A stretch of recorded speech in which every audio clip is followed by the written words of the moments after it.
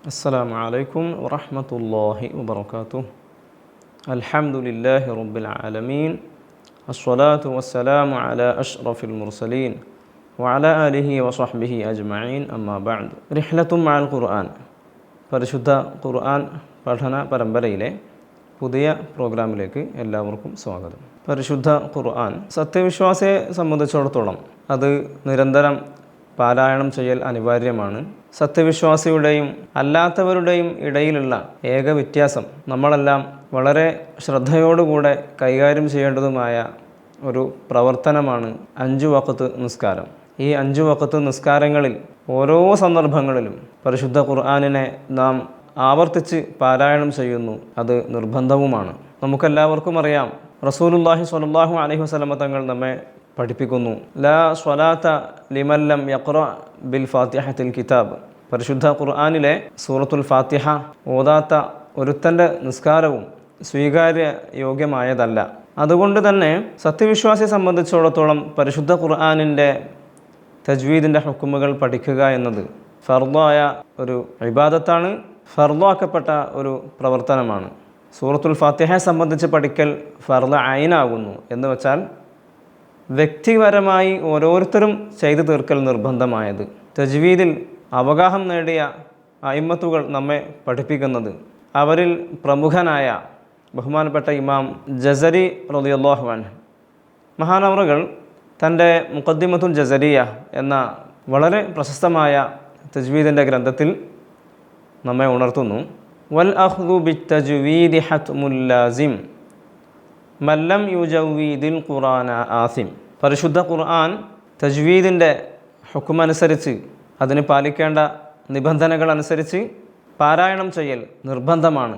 ഇനി ആരെങ്കിലും പരിശുദ്ധ ഖുർആനിനെ തജ്വീദ് അനുസരിച്ചല്ലാതെ പാരായണം ചെയ്യുന്നുവെങ്കിൽ അവൻ തെറ്റുകാരനാണ്.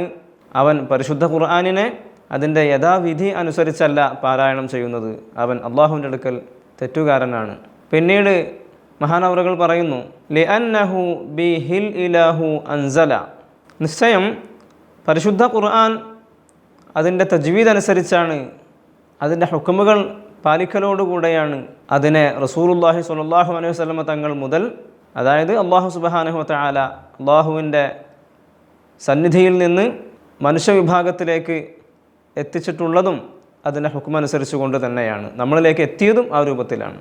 അപ്പോൾ പരിശുദ്ധ ഖുർആനിനെ അല്ലാഹു തആല അവതരിച്ചതും അത് പിൽക്കാലത്ത് അതിൻ്റെ അഹ്ലുകാരിലേക്ക് എത്തിപ്പെട്ടതും അതിൻ്റെ ഹുക്കുമനുസരിച്ച്, തജ്വീദിൻ്റെ ഹുക്കുമുകൾ അനുസരിച്ചാണ്. അത് പ്രകാരമാണ് അത് പാരായണം ചെയ്യേണ്ടത്. ഇല്ലാത്തവൻ അവൻ പരിശുദ്ധ ഖുർആനിനെ അതിൻ്റെ യഥാർത്ഥ രൂപത്തിൽ പാരായണം ചെയ്തവനാവുകയില്ല, അവൻ കുറ്റക്കാരനാണ് എന്നർത്ഥം. ഇതിൻ്റെയൊക്കെ അടിസ്ഥാനത്തിലാണ് പരിശുദ്ധ ഖുർആനിന് വിവിധങ്ങളായ ഹുക്കുമുകളുണ്ട്. അത് പാരായണം ചെയ്യേണ്ടത് വളരെ ശ്രദ്ധാപൂർവമാണ് എന്നെല്ലാം ഖിറാഅത്തിൻ്റെ ഫന്നുകളിലുള്ള അയിമ്മത്ത് നമ്മെ പഠിപ്പിച്ചിട്ടുള്ളത്. നമ്മൾ പരിശുദ്ധ സൂറത്തുൽ ഫാത്തിഹ മുതൽ സൂറത്തുൻ നാസ് വരെ ഏകദേശം 12ഓളം സൂറത്തുകൾ നമ്മളിവിടെ അതിലടങ്ങിയ പ്രധാനപ്പെട്ട ശ്രദ്ധിക്കേണ്ട ചില കാര്യങ്ങൾ നാം പറഞ്ഞു കഴിഞ്ഞു. എന്നാൽ അവയിൽ ചിലത് നാം സൂറത്തുകളിൽ ആവർത്തിക്കപ്പെടാത്തത് കൊണ്ടും മനസ്സിലാക്കുന്ന നിങ്ങളെ സംബന്ധിച്ചിടത്തോളം അതിൻ്റെ ബുദ്ധിമുട്ട് പരിഗണിച്ചുകൊണ്ടും നാം അല്പാൽപമാണ് പറഞ്ഞു വന്നത്. ഇനിയും അതിൽ അല്പം ശേഷിക്കുന്നുണ്ട്. അവയിൽ ചിലത് നമുക്കിന്ന് സംസാരിക്കാം.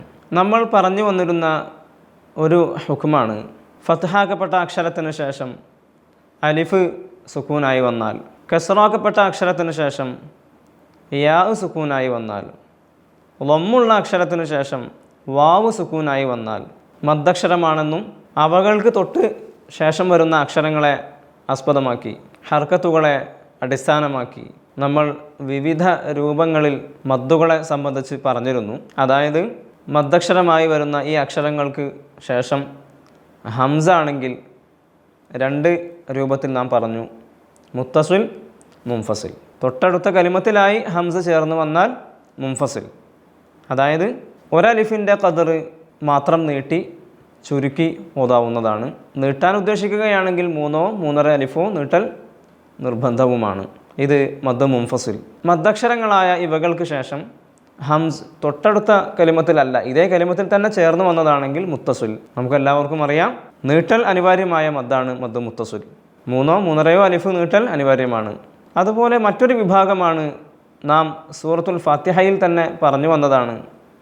മദ്ദു ലാസിം, മദ്ദക്ഷരമാകുന്ന ഇവകൾക്ക് ശേഷം സുക്കൂനായ അക്ഷരം ചേർന്ന് വരികയാണെങ്കിൽ, എപ്പോഴും സുക്കൂനായി വരുന്ന സാഹചര്യത്തിലുള്ള അക്ഷരങ്ങൾ, പുതുതായി ഉണ്ടാവുന്നതല്ല എന്നർത്ഥം. അവകൾ രണ്ട് രൂപത്തിലുണ്ട്. സുക്കൂനായ അക്ഷരങ്ങൾ പലതും സുക്കൂനായി തന്നെ കാണാൻ സാധിക്കും. ഭൂരിഭാഗവും കാണുക ശദ്ദാക്കപ്പെട്ടതായിട്ടാവും. ഫാത്തിഹയിൽ പറഞ്ഞതുപോലെ വലദ്ദാല്ലി എന്ന ലാമ്, അവിടെ രണ്ട് ലാമാണുള്ളത്. സുക്കൂനാക്കപ്പെട്ട ഒരു ലാമിനെ തൊട്ടടുത്ത ലാമിൽ ഇദ്ഗാം ചെയ്തിട്ടാണ് നമുക്ക് കാണാൻ സാധിക്കുക. ഏതായിരുന്നാലും മദ്ദക്ഷരമാകുന്ന ആ യാഇനു ശേഷം അവിടെ സംഭവിച്ചിട്ടുള്ളത് സുക്കൂനായ അക്ഷരമാകുന്നു. അപ്പോൾ സുക്കൂനായ അക്ഷരം ഒരു പക്ഷേ സുക്കൂനായി തന്നെ കാണാൻ സാധിക്കണം എന്നില്ല. ഇങ്ങനെയുള്ള സാഹചര്യങ്ങളിൽ മദ് ലാസിം എന്നാണ് പറയുക. മദ് ലാസിം 3 അലിഫ് വരെ നീട്ടൽ അനിവാര്യമായ മദ്ദാണ്. അതുപോലെ നമുക്കറിയാം, മദ്ദക്ഷരങ്ങളായ ഇവകൾക്ക് ശേഷം സുക്കൂൻ പുതുതായി വരികയാണെങ്കിൽ മദ് ആരിദ്, ഒരലിഫോ 2 അലിഫിൻ്റെ ഖദറോ 3 അലിഫിൻ്റെ ഖദറോ നീട്ടിയാണ് ഓതേണ്ടത്. 3 അലിഫിൻ്റെ ഖദർ വരെ നീട്ടലാണ് നല്ലത്. മറ്റൊരു സന്ദർഭം കൂടെ നമ്മൾ പറഞ്ഞിരുന്നു. ലീൻ അക്ഷരങ്ങൾ, ഫത്ഹായ അക്ഷരത്തിനു ശേഷം യാ സുക്കൂനായി വരിക, ഫത്ഹായ അക്ഷരത്തിനു ശേഷം വാവ് സുക്കൂനായി വരിക. നാം ആദ്യം പറഞ്ഞത് ഫത്ഹിന് ശേഷം അലിഫ് വന്നാലായിരുന്നു. ഇപ്പോൾ പറയുന്നത് യാഓ വാവോ വന്നാൽ ലീൻ അക്ഷരമാണ്. നമ്മൾ അക്ഷരങ്ങളുടെ സിഫത്തുകൾ പറഞ്ഞ കൂട്ടത്തിൽ ലീൻ എന്ന് പറഞ്ഞിരുന്നു. ആ അക്ഷരങ്ങളാണ് ഇവിടെയും നാം പരിഗണിക്കുന്നത്. അവകൾക്ക് ശേഷം സുക്കൂൻ പുതുതായി വരുന്ന സാഹചര്യം ഉണ്ടായാൽ മദ്ദു ലീൻ എന്നാണ് അതിന് പറയുക. ലീനക്ഷരമായ ഇവകൾക്ക് ശേഷം സുക്കൂൻ പുതുതായി വന്നാൽ നമ്മൾ ആരിദിന് പറഞ്ഞതുപോലെ തന്നെ 1, 2, 3 അലിഫ് വരെ നീട്ടാവുന്നതാണ്. ചുരുക്കലാണ് നല്ലത്. ഇപ്പോൾ നമ്മൾ മദ്ദുകളുടെ വിഭാഗത്തിൽ 5 എണ്ണം ഓരോന്നായി നാം പറഞ്ഞു. മദ്ദക്ഷരങ്ങളായ ഈ അക്ഷരങ്ങൾക്ക് ശേഷം ഹംസോ സുക്കൂനോ ആവലാണ് കൂടുതൽ നീട്ടാനുണ്ടായ സാഹചര്യങ്ങൾ. ഇവകൾക്കാണ് മദ്ദു ഫറഈ എന്ന് പറയുക. അതായത് അടിസ്ഥാനപരമായി ഈ പറയപ്പെട്ട അക്ഷരങ്ങൾക്ക് ശേഷം സുക്കൂനോ ഹംസോ ഇല്ലെങ്കിൽ അവകൾ നീട്ടേണ്ടത് 1 അലിഫിൻ്റെ ഖദറാണ്.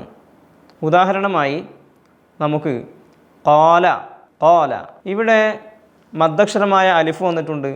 തൊട്ടടുത്ത അക്ഷരം ലാമാണ്. ലാമിന് സുക്കൂൻ അല്ല. അപ്പോൾ നമുക്ക് മനസ്സിലായി, അലിഫാകുന്ന ഈ മദ്ദക്ഷരത്തിന് ശേഷം ഹംസയും വന്നിട്ടില്ല, സുക്കൂനായ ഒരു അക്ഷരവും വന്നിട്ടില്ല. അപ്പോൾ 1 അലിഫിനേക്കാൾ നീട്ടേണ്ടുന്ന സാഹചര്യം അവിടെ ഇല്ല. ഇങ്ങനെ ഹംസോ സുക്കൂനോ ഇല്ലാത്ത അവസ്ഥയുടെ പേരാണ്, ഈ ഒരൽപ്പം നാം നീട്ടുന്ന ഈ അവസ്ഥയുടെ പേരാണ് മദ് അസ്ലി, അസ്ലിയായ മദ്. അടിസ്ഥാനപരമായി നീട്ടുന്ന സാഹചര്യം നാം പറഞ്ഞു വന്ന 5 വിവിധങ്ങളായ സന്ദർഭങ്ങൾ, അവകൾക്ക് മൊത്തത്തിൽ പറയുന്ന പേരാണ് മദ് ഫറഈ. അവ അല്ലാത്ത സാഹചര്യം, സുക്കൂനോ ഹംസോ ഇല്ലാത്ത സാഹചര്യം വന്നാൽ മദ് അസ്ലി എന്നാണ് പറയുക. മദ്ദക്ഷരമായി വന്ന ആ അക്ഷരം അസ്ലിയായി മാത്രം നീട്ടുന്നു എന്നർത്ഥം. അതായത് 1 അലിഫിൻ്റെ ഖദർ മാത്രം. ഇതാണ് പരിശുദ്ധ ഖുർആനിൽ നാം നീട്ടി ഓതുക നീട്ടാതെ ഓതുക എന്നതുമായി ബന്ധപ്പെട്ട് ഉള്ള ഹുക്മുകൾ പ്രത്യേകം മനസ്സിലാക്കുകയും പാരായണം ചെയ്യുന്ന അവസരത്തിൽ ഇവകൾ പാലിക്കുവാനും ശ്രദ്ധിക്കുക. മറ്റൊരു ഹുക്മായിരുന്നു സുക്കൂനായ മീമിനെ സംബന്ധിച്ച് നാം പറഞ്ഞു വച്ചിരുന്നു. നമുക്കറിയാം, സുക്കൂനായ മീമിന് തൊട്ട് ശേഷം വരുന്ന അക്ഷരം മീമോ ബാഓ അല്ലെങ്കിൽ, എന്ന് വെച്ചാൽ അറബി അക്ഷരങ്ങളുടെ കൂട്ടത്തിൽ ഈ 2 അക്ഷരങ്ങളല്ലാത്ത ഏത് അക്ഷരമാണ് മീമിൻ്റെ തൊട്ട് ശേഷം വരുന്നതെങ്കിൽ മീമിനെ നാം വെളിവാക്കിയാണ് ഉച്ചരിക്കുക. അതായത് മീമിനെ മീമാക്കി തന്നെ ഉച്ചരിക്കുകയും അതോടൊപ്പം മണിക്കാതെയുമാണ് ഉച്ചരിക്കുക. ആ മീമിന് ഉച്ചരിക്കുന്ന ആ ഒരു സമയം മാത്രം പറഞ്ഞുകൊണ്ട് തൊട്ടടുത്ത അക്ഷരം പറഞ്ഞ് ഓതുക. ഇതല്ലാത്ത സാഹചര്യം 2 അക്ഷരങ്ങളാണ് ബാക്കിയുള്ളത്. മീമോ ബാഓ അല്ലാത്ത അക്ഷരങ്ങളല്ലേ നമ്മൾ പറഞ്ഞത്. സുക്കൂനായ മീമിന് തൊട്ട് വരുന്ന അക്ഷരം മീമാണെങ്കിൽ നാം ചെയ്യേണ്ടത് സുക്കൂനായ മീമിനെ തൊട്ടടുത്ത മീമിൽ ചേർക്കുക, മണിക്കുക. ഇദ്ഗാം എന്നാണ് പറയുക. ഇദ്ഗാം. സുക്കൂനായ നൂനിൽ നാം പറഞ്ഞ ഇദ്ഗാമുൻ ബി ഗുന്നഹ് എന്ന് പറഞ്ഞിരുന്നു. അതേ നിർവചനമാണ് ഇവിടെ വരുന്നത്. പേരിൽ ഒരല്പം മാറ്റമുണ്ട്. ഇദ്ഗാം എന്നേ പറയുകയുള്ളൂ. ചേർക്കുകയും മണിക്കുകയും ചെയ്യുക. മൻ എന്നാണ് ഖുർആനിൽ ഉള്ള ഒരു ഭാഗമെങ്കിൽ നാം അവിടെ പാരായണം ചെയ്യേണ്ടത് മൻ. ഇവിടെ എന്ന മീമിനെ തൊട്ടടുത്ത മൻ എന്ന മീമുമായി ചേർത്തു മണിച്ചു. അതുപോലെ സുക്കൂനായ മീമിന് തൊട്ട് വരുന്ന അക്ഷരം ബാ ആണെങ്കിൽ നാം സുക്കൂനായ മീമിനെ ഇഖ്ഫാ ചെയ്യും. ഇഖ്ഫ എന്നാൽ ഇഖ്ഫ ഷഫവിയ എന്നാണ് പറയുക. ചുണ്ടിൽ നിന്നും പുറപ്പെടുന്ന അക്ഷരമാണല്ലോ മീമും ബാവും. സ്വാഭാവികമായും ഇവിടെ ഇഖ്ഫാ ചെയ്യുന്നതിൽ ഒരല്പം ശ്രദ്ധിക്കേണ്ട ഒരു സാഹചര്യം ഇവിടെയുണ്ട്. അം ബിഹി എന്നാണ് ഖുർആനിലുള്ള വാക്കെങ്കിൽ നാം പാരായണം ചെയ്യുമ്പോൾ അം എന്നതിലുള്ള മീമിനെ തരിമൂക്കിൽ നിന്നും ശബ്ദം പുറപ്പെടുവിക്കലോടുകൂടെ മീമിൻ്റെ മഖ്റജാകുന്ന മേലെ ചുണ്ട് താഴെ ചുണ്ടിൽ തട്ടിച്ചുകൊണ്ടുള്ള ആ സ്ഥലത്ത് അല്പം ലഘൂകരിച്ചുകൊണ്ട് ഉച്ചരിക്കുക. തരിമൂക്കിൽ നിന്ന് ശബ്ദം വരികയും മഖ്റജിൽ അല്പം ലഘുവാക്കി ഉച്ചരിക്കുക. സാധാരണഗതിയിൽ മീം ഉച്ചരിക്കുമ്പോൾ നാം ചുണ്ട് ചേർത്തി വെക്കുന്ന അത്ര തന്നെ ഇല്ലാത്ത രൂപത്തിലാണ് ഉച്ചരിക്കേണ്ടത്. അതോടൊപ്പം ആ മണിക്കൽ അവസാനിക്കലോടുകൂടെ ബ ഉച്ചരിക്കുക. നാം പാരായണം ചെയ്യേണ്ടത് അം ബിഹി അം ബിഹി. അപ്പോൾ നാം സുക്കൂനായ മീമിനെ സംബന്ധിച്ച് പറഞ്ഞു വച്ചത് സുക്കൂനായ മീമിന് തൊട്ട് വരുന്ന അക്ഷരങ്ങളെ ആസ്പദമാക്കി 3 ഹുക്കുമുകളാണുള്ളത്. ഇദ്ഹാർ, അതായത് മീമോ ബാओ അല്ലാത്ത അക്ഷരമാണ് ചേർന്ന് വന്നതെങ്കിൽ. ഇദ്ഗാം, അതായത് സുക്കൂനായ മീമിന് ശേഷം വരുന്ന അക്ഷരം മീമായാൽ ചേർക്കുകയും മണിക്കുകയും ചെയ്യുക. മൂന്നാമത് പറഞ്ഞത് ഇഖ്ഫാ, സുക്കൂനായ മീമിന് ശേഷം ബാ വന്നാൽ ഇഖ്ഫാ ചെയ്യുക. ഇങ്ങനെ 3 ഹുക്മുകളാണ് സുക്കൂനായ മീമിനെ സംബന്ധിച്ച് ഉള്ളത്. ഇനി നമുക്ക് പരിശുദ്ധ ഖുർആനിൽ സാധാരണഗതിയിൽ അശ്രദ്ധമായി പോവാറുള്ള ചില കാര്യങ്ങളെ സംബന്ധിച്ച് ചർച്ച ചെയ്യാം. പരിശുദ്ധ ഖുർആനിൽ വിവിധ സൂറത്തുകളിൽ തുടക്ക ഭാഗങ്ങളിലായി പല അക്ഷരങ്ങളും കാണാൻ സാധിക്കും. ഉദാഹരണം സൂറത്തുൽ ബഖറ 1-ാമത്തെ ആയത്തായിട്ട് കാണാൻ സാധിക്കുക അലിഫ് ലാം മീം. മറ്റു ചില സൂറത്തുകളിൽ ഹാമീം. ഇങ്ങനെ പല ലഫ്ളുകളും കാണാൻ സാധിക്കും. ഇവിടെ എങ്ങനെ പാരായണം ചെയ്യണം എന്നതിന് ഒരു ചെറിയൊരു എളുപ്പവഴിയാണ് നമ്മൾ പറയാൻ പോകുന്നത്. ആദ്യമായി ഖുർആനിൽ സൂറത്തുകളുടെ തുടക്കത്തിൽ ഇങ്ങനെ വന്ന സ്ഥലങ്ങളിലുള്ള അക്ഷരങ്ങൾ 14 അക്ഷരങ്ങളാകുന്നു. എളുപ്പത്തിൽ നമുക്ക് മനസ്സിലാക്കാൻ സനഖുസ്സു ഇൽമക ഹയ്യുൻ ത്വാഹിറുൻ, ഇതിലുള്ള അക്ഷരങ്ങൾ മാത്രമാണ് സൂറത്തുകളുടെ തുടക്കത്തിൽ വന്നിട്ടുള്ള ഇത്തരത്തിലുള്ള അക്ഷരങ്ങൾ. ഒന്ന് സീനുണ്ട്, നൂനുണ്ട്, ഖാഫുണ്ട്, സ്വാദ്, ഐൻ, ലാം, മീം, കാഫ്, ഹാ, യാ, ത്വാ, അലിഫ്, ഹാ, റാ. ഇങ്ങനെ 14 അക്ഷരങ്ങൾ. ഈ 14 അക്ഷരങ്ങളിൽ ചില അക്ഷരങ്ങളെ നീട്ടിയും ചില അക്ഷരങ്ങളെ ഒരലിഫിൻ്റെ ഖദർ, അതായത് അസുലിയായി മാത്രം ഉപയോഗിച്ചുമാണ് നാം പാരായണം ചെയ്യേണ്ടത്. അവയിൽ ഏതെല്ലാം അക്ഷരങ്ങളാണ് നീട്ടേണ്ടത്, ഏതെല്ലാമാണ് നീട്ടാതെ ഉപയോഗിക്കേണ്ടത് നമുക്ക് നോക്കാം. നീട്ടാതെ ഉപയോഗിക്കുന്ന അക്ഷരങ്ങൾ ഈ 14 എണ്ണത്തിൽ കുറഞ്ഞ അക്ഷരങ്ങളേ ഉള്ളൂ.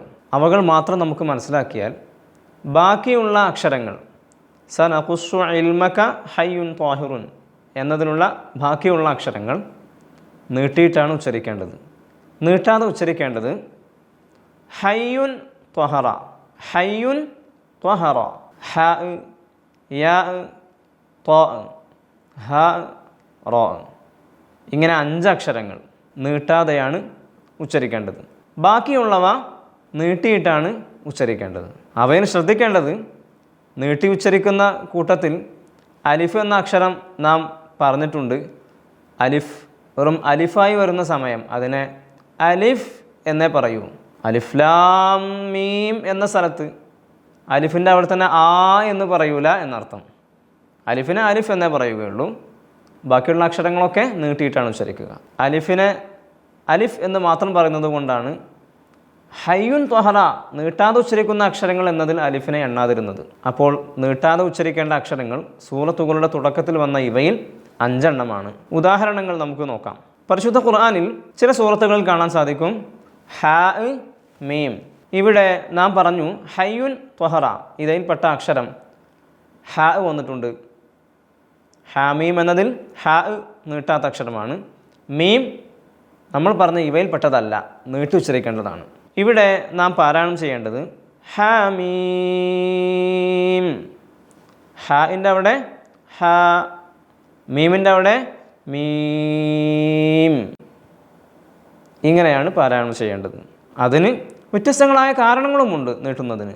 അതായത് മീം എന്ന് എഴുതി നോക്കിയാൽ നാം മീം എന്ന് എഴുതുകയാണെങ്കിൽ കസറായ മീം, പിന്നെ സുക്കൂനായ യാ, പിന്നെ സുക്കൂനായ മീം, മീം എന്ന് എഴുതുകയാണെങ്കിൽ നമുക്കറിയാം മദ്ദക്ഷരമായ യാഇന് ശേഷം വരുന്നത് സുക്കൂനായ മീമാണ്. അപ്പോൾ മദ് ലാസിം.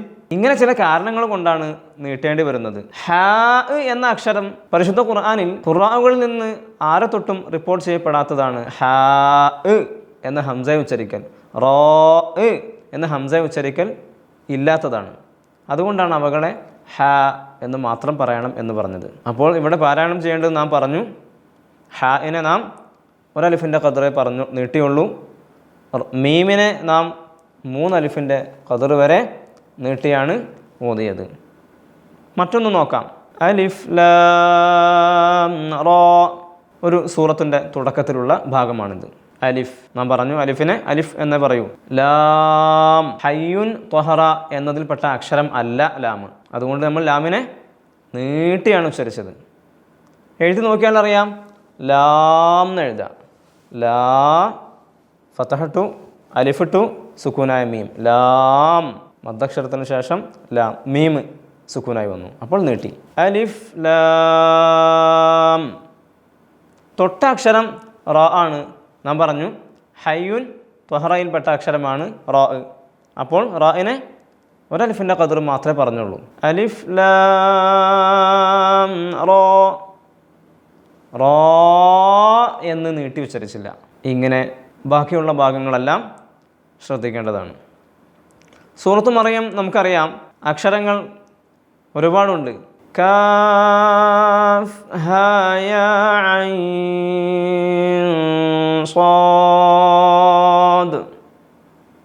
ഇങ്ങനെയാണ് സൂറത്ത് മറിയം തുടക്കത്തിൽ പാരായണം ചെയ്യേണ്ടത്.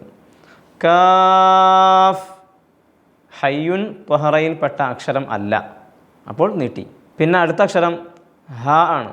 നമ്മൾ ഓതിയത് കാഫ് ഹാ യാ ഐൻ, ഇങ്ങനെ ഓതിയത്.